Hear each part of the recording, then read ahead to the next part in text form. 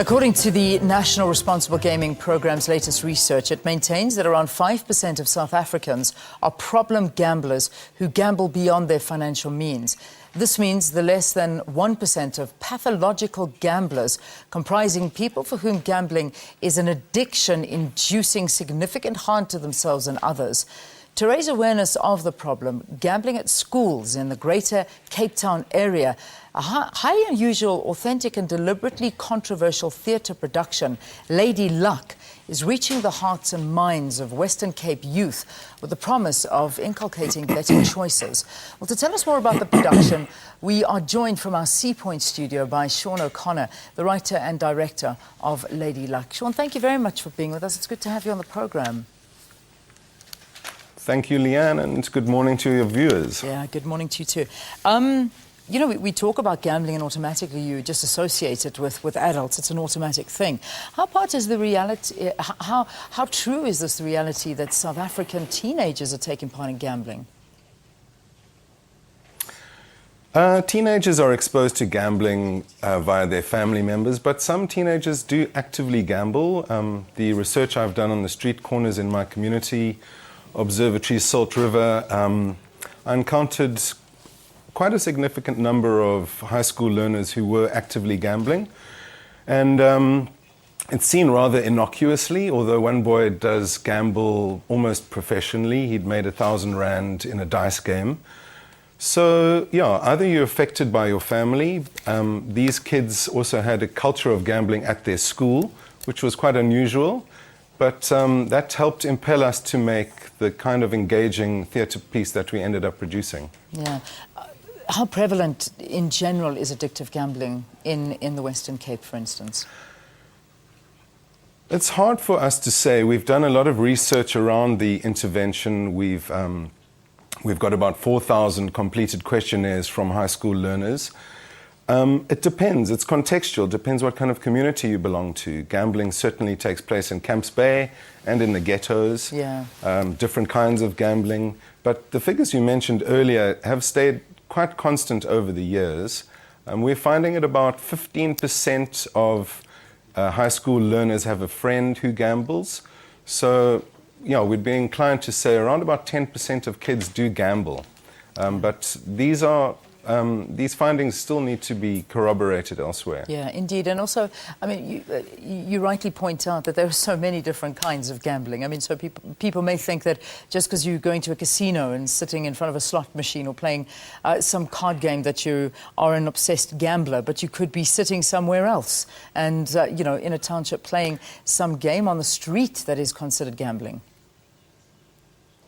Sure, there's dice, farfie, cards. Online gambling is growing at a rapid rate. Limited payout machines, or LPMs, are being rolled out as well. Tote shops are becoming much more familiar in high streets across the country. So gambling is very much a part of our culture. It's been regulated. We are not anti-gambling at all. We are trying to raise awareness about problem gambling and also to advertise that help is available. Okay, let's talk about the production now. What issue does this particularly focus on? Well, we can't just tell a story about gambling because I think the kids would smell a rat. So we try and locate the story of gambling in a family context. It's about a young woman whose uncle comes to stay because his wife has kicked him out because of his gambling problem. And so she becomes exposed to gambling via her uncle. There's also the play also interrogates things like sexuality, friendship, smoking, alcohol and substance abuse.